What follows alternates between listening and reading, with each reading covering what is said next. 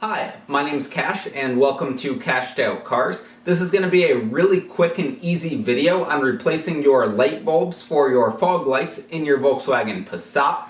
Now this is going to be good if one of your bulbs burnt out or if you're going ahead and upgrading them to LEDs, which is what I'm doing in this case. Either way, we're replacing the bulbs, so let's jump right into it. First off, let me say that my car is super dirty and I apologize for that. That's winter in New England for you. Anyway, in order to replace the bulbs, we first need to get access to them. The easiest way to do this is by removing the fog light grille. There's just one screw that holds this thing in place. You could go ahead and remove it with a Phillips head screwdriver. Now you could pop the grille out of place.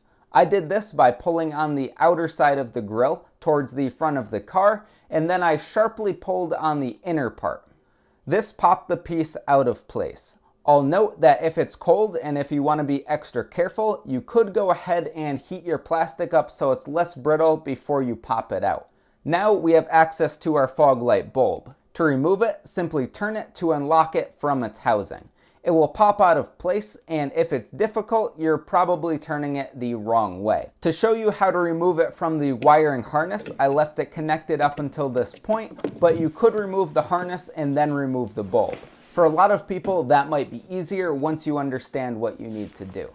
To pop the bulb out of the harness, you just need to press on the lever that's part of the connector and pull the bulb away.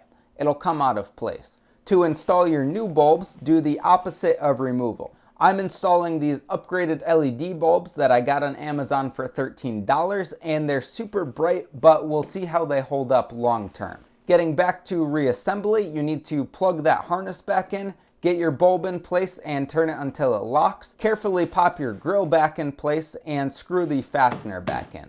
And then you'll be all set. Here's a quick comparison between the LEDs and the traditional light. The LEDs are certainly brighter.